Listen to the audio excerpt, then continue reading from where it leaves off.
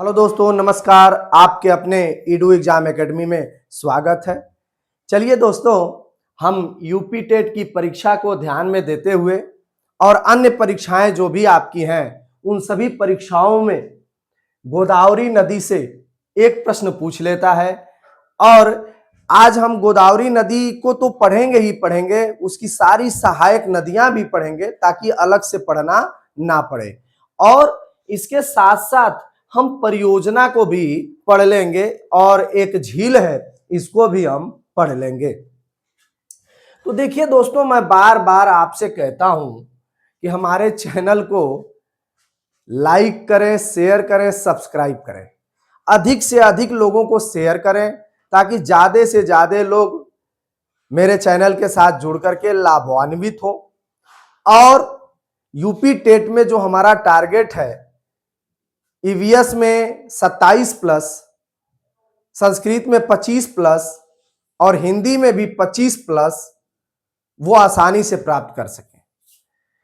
आप देखते तो हैं वीडियो, लेकिन आप लाइक, शेयर और सब्सक्राइब कम करवाते हैं और कम करते हैं। मैं आपसे आग्रह करता हूं, विनम्र निवेदन करता हूं कि आप चैनल को ज्यादा से ज्यादा शेयर करें ताकि मुझे मोटिवेशन मिले। मुझे और कुछ नहीं चाहिए, आपसे कुछ नहीं चाहिए, केवल मोटिवेशन चाहिए। ठीक है, तो आइए चलिए हम चलते हैं, गोदावरी नदी को पढ़ते हैं। ठीक है, अच्छा देखिए, आप गोदावरी नदी पढ़े हैं, खूब रटे हैं, समझे हैं, तो आप कहेंगे सर यह सब क्या बना दिए हैं जो हमको समझ में नहीं आ रहा है। मैं आपसे वादे के साथ कहता हूं कि केवल और केवल मेरे साथ आप 5 से 7 मिनट बने रहिए। 5 से 7 मिनट आप अपने जीवन का बहुमूल्य समय दे दीजिए मुझे। वीडियो को देख लीजिए, क्लास को देख लीजिए बिना स्किप किए हुए। आपको पूरी बात अगर नदियां से नहीं समझ में आ गई तो आप मेरे से कमेंट में प्रश्न करिएगा, मैं उसका उत्तर देने के लिए तैयार हूं। तो चलिए दोस्तों, मैं बार बार आपसे कहता हूं कि आप नदी पढ़ने से पहले या पर्वत पठार पढ़ने से पहले या झील पढ़ने से पहले, कुछ भी पढ़ने से पहले हमको अपने देश यानी भारत का नक्शा पता होना चाहिए। मैं बार बार इस बात को कहता हूं। ठीक है, आप लोग दबा करके शेयर करिए और सब्सक्राइबर बढ़ाइए ताकि मुझे मोटिवेशन मिले और मैं खुद डिजिटल बोर्ड लेकर के आऊं, उसमें बहुत बेहतरीन तरीके से आपको समझा पाऊंगा। इसमें भी मैं जिस तरीके से समझा दूंगा शायद कभी आपको भूले, कभी नहीं भूलेगा और 1 नंबर पक्का है यूपी टेट में, अन्य एग्जाम में भी। तो आप देखिए दोस्तों, आप पढ़ते तो आ रहे हैं लेकिन थोड़ा सा कंफ्यूजन बना रहता है कि यह नदी कौन इसकी सहायक नदी है और कौन सी उत्तर तट की नदी है, कौन सी दक्षिण तट की नदी है। तो सबसे पहले आज हम जान लेते हैं, यह जो मैं फिगर बनाया हूं, मैप बनाया हूं, इस डायग्राम में आप देख रहे होंगे उड़ीसा इधर है, उड़ीसा। तो जानते हैं आप दोस्तों कि अगर हम भारत का मैप जब बनाते हैं, यही मान लीजिए कि भारत का मैं मैप बनाता हूं, यह आपका भारत का मैप है, तो कहां उड़ीसा है दोस्तों? यही क्या है आपका उड़ीसा। ठीक है, यह उड़ीसा है।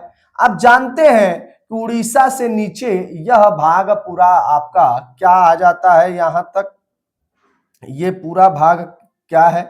आंध्र प्रदेश, जानते हैं ना, आंध्र प्रदेश। ठीक है, अब देखिए जब यह आंध्र प्रदेश है, आप जानते हैं कि उड़ीसा छत्तीसगढ़, उड़ीसा से सटा हुआ कौन सा है? छत्तीसगढ़। 36 उतरा झारखंड, मैं आपको बताया था ना ट्रिक। तो उड़ीसा से सटा हुआ क्या है आपका? छत्तीसगढ़। अब छत्तीसगढ़ से नीचे और उड़ीसा की भी सीमा किससे लगती है? तेलंगाना से। यही है आपका तेलंगाना और इसके नीचे आंध्र प्रदेश है। ठीक है, आंध्र प्रदेश। मैप समझ रहे हैं? यह इधर क्या है? बंगाल की खाड़ी। क्या है दोस्तों? बंगाल की खाड़ी, बे ऑफ बंगाल। अब जानते हैं इधर क्या है? अरब सागर। क्या है दोस्तों? अरब सागर। ठीक, नीचे आप जानते हैं हिंद महासागर। क्या है? हिंद महासागर। ठीक है, अब बात को समझते हैं कि जब हम उड़ीसा, छत्तीसगढ़, तेलंगाना, आंध्र प्रदेश जान गए तो आप जानते हैं ना कि इधर आपका अरब सागर के किनारे क्या है, कर्नाटका है, और यहीं गोवा है, और यह पूरा हिस्सा क्या है आपका, महाराष्ट्र का है। इतनी बात तो आप जानते हैं। और आप यह भी जानते हैं कि सर इधर तो केरल है, केरल है, बाकी यह नीचे नीचे क्या है, कन्याकुमारी तक ये जो हिस्सा है तमिलनाडु है। क्या है, तमिलनाडु। चलिए हम राज्य जान गए, मोटा मोटा राज्य आप जानते भी हैं और अच्छे तरीके से जानते हैं, इसमें कोई डाउट नहीं। अब हम बात करते हैं कि गोदावरी नदी निकलती कहां से है और गोदावरी नदी का अपवाह क्षेत्र कहां कहां है, गोदावरी नदी बहती कहां कहां है और निकास यानी गिरती कहां है। मैं बार बार बता चुका हूं आपको, कई नदियां पढ़ा चुका हूं, आप जा करके प्लेलिस्ट में पढ़ लें, नदियां देख लें। गंगा नदी मैं बहुत बेहतरीन तरीके से आपको बताया हूं, बाकी आपको सिंधु नदी बहुत बेहतरीन तरीके से बताया हूं, इसके बाद नर्मदा, तापी, इसके बाद हम लोग गोदावरी पढ़ रहे हैं। गोदावरी की पूरी विशेषता पढ़ेंगे दोस्तों, क्या करेंगे, पूरी पूरी पूरी हम लोग बहुत बेहतरीन तरीके से विशेषता पढ़ेंगे। एग्जाम में आएगा तो यहीं से, पक्का पक्का आएगा तो यहीं से, बाहर से कुछ भी नहीं आएगा, तो यहीं से। और आएगा, एक प्रश्न आएगा, अरे आएगा नहीं तो जाएगा कहां, और आएगा तो यहीं से आएगा। इसलिए मैं कहता हूं आप लोड मत लीजिए, प्रेशर नहीं लीजिए, बिल्कुल मेरे ऊपर छोड़ दीजिए, मैं आपको रटा और सिखा दूंगा, सिखा दूंगा, पक्का पक्का बता रहा हूं, सिखा दूंगा। जिस तरीके से मैं यूपी टेट में उतना अच्छा अंक अर्जित किया और सुपर टेट में बढ़िया अंक अर्जित कर करके अपने लगभग लगभग घर के पास नियुक्ति प्राप्त किया, तो आप भी कर सकते हैं अच्छा अंक अर्जित करके। तो देखिए दोस्तों, आप समझिए कि गोदावरी नदी निकलती कहां से है। सबसे पहले तो हम यह जानेंगे कि स्रोत क्या है, निकलती कहां से है। तो गोदावरी नदी त्र्यंबका का पठार, अच्छा त्र्यंबका का वही एक पठार है, ठीक है, हम समझते हैं कि निकलती कहां से है। त्र्यंबका का पठार है, यानी नासिक, नासिक क्या है आपका, नासिक, नासिक महाराष्ट्र में पड़ता है। और नासिक किसके लिए फेमस है आप ये बताइएगा, त्र्यंबकेश्वर, बहुत बढ़िया, त्र्यंबकेश्वर आप जाते हैं, गए भी होंगे आप में से बहुत लोग, आप कमेंट में बताइएगा कि आप त्र्यंबकेश्वर में क्या क्या देखे हैं। चलिए, तो त्र्यंबकेश्वर से, यही नासिक महाराष्ट्र के पास त्र्यंबकेश्वर है, यहीं से यह नदी गोदावरी नदी निकलती है। अब कहेंगे कि भैया चलिए नदी तो यहां से निकल गई, अब नदी निकलती है तो कहीं बहती भी तो है, बताइए बबुआ, नदी बहती है तो नदी बहती किधर है। चलिए, अब अपवाह क्षेत्र उसको कह देते हैं, जिधर बहना, जिधर बह रही है उसको हम अपवाह क्षेत्र कह देते हैं। बिल्कुल बेसिक से समझिए, मैं यह मानता हूं कि आप नदी के बारे में इतना जानते हैं कि नदी बहती है, आपके गांव के आसपास से नदी बहती होगी, आपके जिले के आसपास से नदी बहती होगी, आप उस नदी के किनारे बैठे होंगे, गए होंगे, यह बात आपको पता है। तो आप यह भी जानते हैं कि हे भैया ये नदी यहां से यहां तक बहती है, हे भैया ये नदी यहां से वहां जा करके इसमें मिल जाती है, इसकी तो चर्चा आप करते हैं ना, बस वही समझना है, बाकी कुछ है वह नहीं, बहुत कठिन नहीं है, कुछ भी कंफ्यूजन नहीं रखना है, सारी नदियां आपको अच्छे से समझना है। हम प्रायद्वीपीय भारत की नदियां पढ़ रहे हैं, इस बात को याद रखिएगा, दक्षिण भारत की नदियां। क्यों, क्योंकि यहां मैप फिर से मैं बनाया, यह क्षेत्र जो है पूरा, यह क्या है, प्रायद्वीपीय भाग है। प्रायद्वीप में आपको बताया था, क्या बताया था प्रायद्वीप में, कि अगर तीन ओर से जल से घिरा है, एक ओर से स्थल से घिरा है, तो उसको हम क्या कहते हैं, प्रायद्वीप कहते हैं। ठीक है, अब देखिए समझिए कि यह नदी निकल गई, निकल गई त्र्यंबकेश्वर के पास से, नासिक महाराष्ट्र में से। अब उसके बाद यह नदी बहती कहां है, तो आंध्र प्रदेश, आप मैप में खुद समझिए कहां बहती है। अब देखिए अपवाह क्षेत्र कहां है, यह मैंने क्या कहा, सबसे पहले नदी निकलती कहां से है, कहां से निकलती है, तो देखिए यह नासिक महाराष्ट्र में है, यह नदी महाराष्ट्र से निकल रही है, आगे बढ़ रही है, आगे बढ़ेगी भैया तो यह नदी सबसे पहले देखिए यहां प्रवेश कर रही है तेलंगाना में, तो तेलंगाना दूसरे नंबर पे क्या, तेलंगाना। इसके बाद यह नदी तेलंगाना, यह देखिए सीमा थोड़ा सा टच कर रही है इसकी छत्तीसगढ़ की। उसके बाद यह नदी कहां जा रही है, आंध्र प्रदेश, है ना। ये तेलंगाना के बाद, यह तेलंगाना के बाद आंध्र प्रदेश, यह आंध्र प्रदेश में जाती है। इसका यही अपवाह क्षेत्र है। आपसे पूछ देगा गोदावरी नदी किन किन राज्यों में बहती है, तो आपका उत्तर होगा महाराष्ट्र, तेलंगाना और आंध्र प्रदेश। एक प्रश्न बन गया। दूसरा प्रश्न बन गया कि गोदावरी नदी का उद्गम क्षेत्र कहां है, त्रिंबकेश्वर आपको आ जाएगा विकल्प में, आप नासिक आ जाएगा, महाराष्ट्र आप मार दीजिएगा, त्रिंबका का पठार आ जाएगा, उसी को आप टिक कर दीजिएगा। एक प्रश्न, यहां दो प्रश्न बन गए। अब कहता है कि भैया ये बताइए यह नदी कहां गिरती है, तीसरा प्रश्न बन गया। आंध्र प्रदेश के पास डेल्टा बनाते हुए बंगाल की खाड़ी में गिर जाती है। याद रखिएगा उत्तर भारत की नदियों में हमने गंगा नदी पढ़ा था दोस्तों। गंगा नदी में हमने क्या पढ़ा था कि यह नदी क्या करती है, डेल्टा बनाती है, सुंदरबन डेल्टा, आप जानते हैं ना। तो इसी प्रकार से यह भी नदी गंगा से इसकी तुलना की जाती है, गंगा के समकक्ष इसकी तुलना की जाती है। दक्षिण भारत की इसको वृद्ध गंगा या दक्षिणी गंगा भी कही जाती है। तो यह नदी बंगाल की खाड़ी में गिर जाती है। अब यहां तक हमने नदी को समझ लिया। अब कहेंगे कि भैया मुझे यह भी बता दीजिए कि इसकी कौन कौन सी सहायक नदियां हैं। तो देखिए आप खुद देख पा रहे हैं, एक नदी परवारा नदी है जो कहां आकर के मिलती है, महाराष्ट्र में ही आकर के इसमें गोदावरी में मिल जाती है। इसके बाद पेन गंगा नदी है। आगे आप देख रहे होंगे पेन गंगा से दो नदियां मिल रही हैं, वर्धा वेनगंगा। लेकिन जब आपसे सहायक नदियां पूछता है सीधे सीधे गोदावरी की सहायक नदियां पूछ लेता है। ठीक है, तो गोदावरी की सहायक नदियां में पेनगंगा, वर्धा, वेनगंगा, प्राणहिता और उसके बाद इंद्रावती, सबरी, यह मंजरा, यह सारी नदियां आपसे विकल्प में इसी तरीके से देता है, ना कि पेनगंगा की सहायक नदियां, इस तरीके से नहीं देता है। तो आप समझिए इसमें थोड़ी सी कहानी है, आप समझ लीजिए क्या है कि पेनगंगा जो नदी है उत्तरी तट की सबसे बड़ी सहायक नदी है। कौन, पेनगंगा। पेनगंगा क्या है, उत्तरी तट की सबसे बड़ी सहायक नदी है। आप समझिएगा, यही प्रश्न बन जाएगा कि भैया जब यह उत्तरी तट की सबसे बड़ी सहायक नदी है तो दक्षिणी तट की सबसे बड़ी सहायक नदी कौन है। लेकिन संपूर्ण रूप से अगर देखा जाएगा तो गोदावरी की सबसे बड़ी नदी कौन सी है जो सहायक है, मंजरा नदी। कौन सी, मंजरा नदी।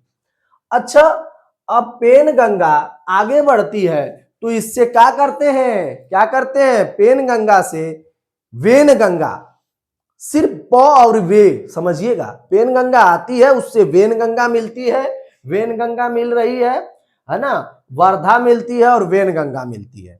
ठीक है, उसके बाद यह नदी यहां से, यह क्षेत्र देखिएगा, यह जगह देखिएगा, यहीं से यह प्राणहिता नदी के नाम से इसकी उत्पत्ति होती है।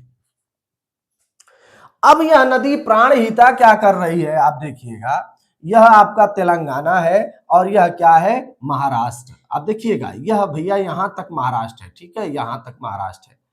अब यह नदी क्या कर रही है, सीमा बना रही है। इसको मैंने यहां से ऐसे बनाया था, ठीक है, नदी ये आ रही है, ठीक है, ये नदी।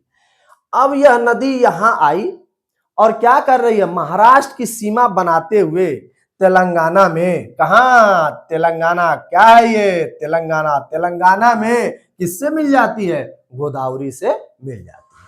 अब गोदावरी से मिलने के बाद क्या करती है, यह नदी आगे बढ़ जाती है और गोदावरी में मिलने के बाद मुख्य नदी में जब मिल जाती है तो यही गोदावरी आगे चल करके आपने पढ़ लिया है, आंध्र प्रदेश के बाद क्या, आंध्र प्रदेश के पास क्या करती है, डेल्टा बनाते हुए बंगाल की खाड़ी में गिर जाती है। ये बात आप समझ गए। अब समझते हैं कि सर हम तो इतनी पूरी बात समझ गए, तो अब समझना क्या है भैया, सिर्फ 3 नदियां समझना है, उसके बाद परियोजनाएं समझनी है, उसके बाद एक झील है कोलेरू झील, इसको समझ लेंगे, बस डाउट क्लियर हो जाएगा। तो अब देखिए एक नदी आपकी यहां दिख रही है, इंद्रावती नदी, इंद्रावती, ठीक है, इंद्रावती। यह देखिए उड़ीसा के क्षेत्र से यह नदी आती है और छत्तीसगढ़, उड़ीसा छत्तीसगढ़। अब देखिए यह नदी क्या कर रही है, सीमा बना रही है, किसकी किसकी सीमा बना रही है दोस्तों बताइए। चलिए यह नदी देखिए छत्तीसगढ़ और किसका, ये महाराष्ट्र की सीमा है और इसके बाद आपकी तेलंगाना की, और यहीं आकर के नदी इंद्रावती किससे मिल जाती है, गोदावरी से। इसके बाद यह छत्तीसगढ़ में एक सबरी नदी यहीं से निकलती है, और बहुत इंपॉर्टेंट इसलिए नहीं है कि उसकी क्या स्रोत पढ़ा जाए और विशेषता पूरी पढ़ी जाए, इतना समझ लीजिए कि गोदावरी नदी की सहायक नदियां कौन कौन सी हैं और कहां से निकलती हैं, इसकी विशेषता आप जान लीजिए। गोदावरी नदी छत्तीसगढ़ से यहीं से निकल करके यह उड़ीसा की सीमा, देखिए उड़ीसा से सीमा इसकी साझा हो रही है, और यह नदी तेलंगाना में आकर के मुख्य नदी यानी गोदावरी से मिल जाती है। तो यह कौन सी बाएं तट की, यह मंजरा कौन सी, दाएं तट की, समझ गए, दायां इधर से बायां इधर से, क्योंकि नदी हमारी इधर जा रही है, ठीक है। अब समझिएगा, इस बात को तो आप समझ गए।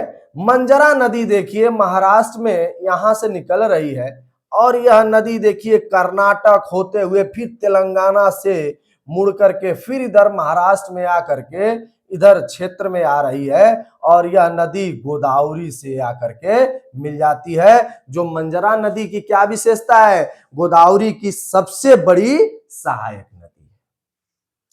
अब हम जान गए, उम्मीद करता हूं कि यह पूरी बात समझ में आई होगी। अगर जो बात नहीं समझ में आ रही है कमेंट में आप लिखें, मुझे सुझाव दें, मैं और बेहतर बताने की कोशिश करूंगा। विशेषताएं इसकी क्या है, यह गंगा की तरह पवित्र नदी है, गंगा को पवित्र, मां गंगा नमो गंगाए नमो, आप जाते हैं ना गंगा दर्शन करते हैं, इसी प्रकार से यह दक्षिण भारत की वृद्ध गंगा या दक्षिणी गंगा के नाम से जानी जाती है। यह प्रायद्वीपीय भारत की सबसे बड़ी नदी है। यहां प्रश्न बन जाता है, आप 3 स्टार लगा लीजिए। प्रायद्वीपीय भारत यानी दक्षिण भारत की नदियां, यानी ये वाला जो क्षेत्र है इसमें यह नदी बह रही है। यह नदी क्या है, सबसे बड़ी नदी है दक्षिण भारत की, यानी प्रायद्वीपीय भारत की सबसे बड़ी नदी है। अब बात कर लेते हैं दोस्तों कि इस पर परियोजनाएं कौन कौन सी बनाई गई हैं। तो परियोजनाएं बहुत महत्वपूर्ण है, बांध बहुत महत्वपूर्ण है, यूपी टेट की परीक्षा के दृष्टिकोण से बार बार पूछा जाता है, पूछा भी गया है और आगे पूछने की संभावना भी है। तो चलिए इसमें पढ़ लेते हैं। बबली परियोजना, बबुआ बबली परियोजना, बबली बबली बबली कहाँ, गोदावरी कहाँ, गोदावरी किस जगह, अब देखिएगा आंध्र प्रदेश और महाराष्ट्र के मध्य, आंध्र प्रदेश और महाराष्ट्र के मध्य आपसे दे देगा बबली परियोजना। यह विवादित परियोजना है, दोनों के मध्य, आंध्र प्रदेश एवं महाराष्ट्र के मध्य विवाद होता रहता है परियोजनाओं में, राज्यों को लेकर के आपस में थोड़ा बहुत होता रहता है। चलिए अब इसके बाद एक बहुत महत्वपूर्ण पोचमपाद, समझिए पोचमपाद, याद रहेगा ना। आप देखिए आंध्र प्रदेश में स्थित सिंचाई परियोजना, यानी इससे क्या होता है भैया, गेहूं में, मक्का में, गन्ना में, धान में, है ना, जो सिंचाई के हमारे फसल है उसमें यह परियोजना, इस परियोजना के द्वारा सिंचाई का कार्य किया जाता है। अब चलिए कोलेरू झील की बात करते हैं। कोलेरू झील, यहां कोलेरू झील। अब समझिए गोदावरी नदी के डेल्टा के नजदीक ही दक्षिण में यह झील आंध्र प्रदेश में स्थित है। अच्छा, अब कहेंगे कि भैया कोलेरू नदी जो है कोलेरू झील जो है इसकी क्या विशेषता है, तो विशेषता इसकी है दोस्त, मीठे पानी की झील। यह कौन सी झील है? कोल्हेरू झील कौन सी है? मीठे पानी की झील है। और चिल्का झील कौन है? आप कमेंट में करके बताइए। और चिल्का झील की क्या विशेषता है, आप यह भी बताइए। तो ये देखिए आप, यही डेल्टा है, इसी के दक्षिण में कहां किस जगह आंध्र प्रदेश में कोल्हेरू झील स्थित है। अब इतनी बात आपको समझ में आ गई। अच्छा, अब एक चीज बड़ा कंफ्यूजन लोगों को बना रहता है, लोग पूछते हैं, पूछ भी रहे थे कि सर मुझे लैगून झील बता दीजिए। लैगून झील किसको कहते हैं? लैगून क्यों लैगून? तो देखिए भैया, कुछ नहीं, समुद्र मान लीजिए कि है, आप मान लीजिए समुद्र यह है, मैं आपको बता दूं, यह मान लीजिए यह हिस्सा पूरा समुद्र है, यहां से पानी आता है। मान लीजिए कि पानी क्या होता है, समुद्र का पानी किनारे तक आता है, यह किनारे तक मान लीजिए पानी आ गया, ठीक है, किनारे तक आ गया, ठीक ना।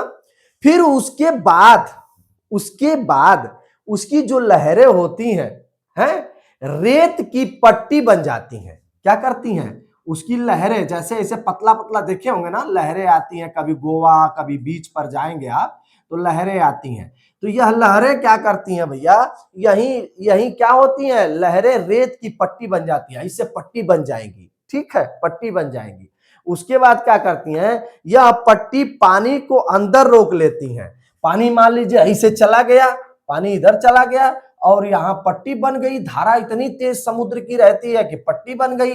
अब यही भैया क्या हुआ, आपको नीले से, पानी नीला है ना, नीले से, अब देखिए यह क्या हुआ, यह आपकी पट्टी बनी थी, ये लेयर बन गई, ठीक है, पट्टी बन गई, यह पट्टी है, ठीक है, और यह आपका समुद्र है, ठीक, समुद्र है।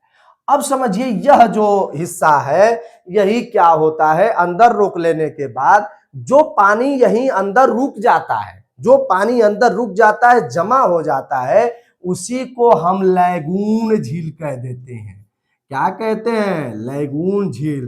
तो चलिए मैं आपको बता भी दे रहा हूं, चिल्का जो उड़ीसा में है वह लैगून झील का उदाहरण है, और चिल्का खारे पानी की झील है, लेकिन कोल्हेरू कौन सी झील है? मीठे पानी की झील है। तो चलिए, इसी तरह से वीडियो पाने के लिए, अगर आपको अच्छी वीडियो लग रही है तो आप मेरे चैनल को सब्सक्राइब करें, लाइक करें, शेयर करें, और लोगों को शेयर करने के लिए आप उनसे अनुरोध करें, मेरी मदद करें, चैनल को आगे बढ़ाएं। इसी के साथ मैं इस वीडियो को समाप्त करता हूं। जय हिंद।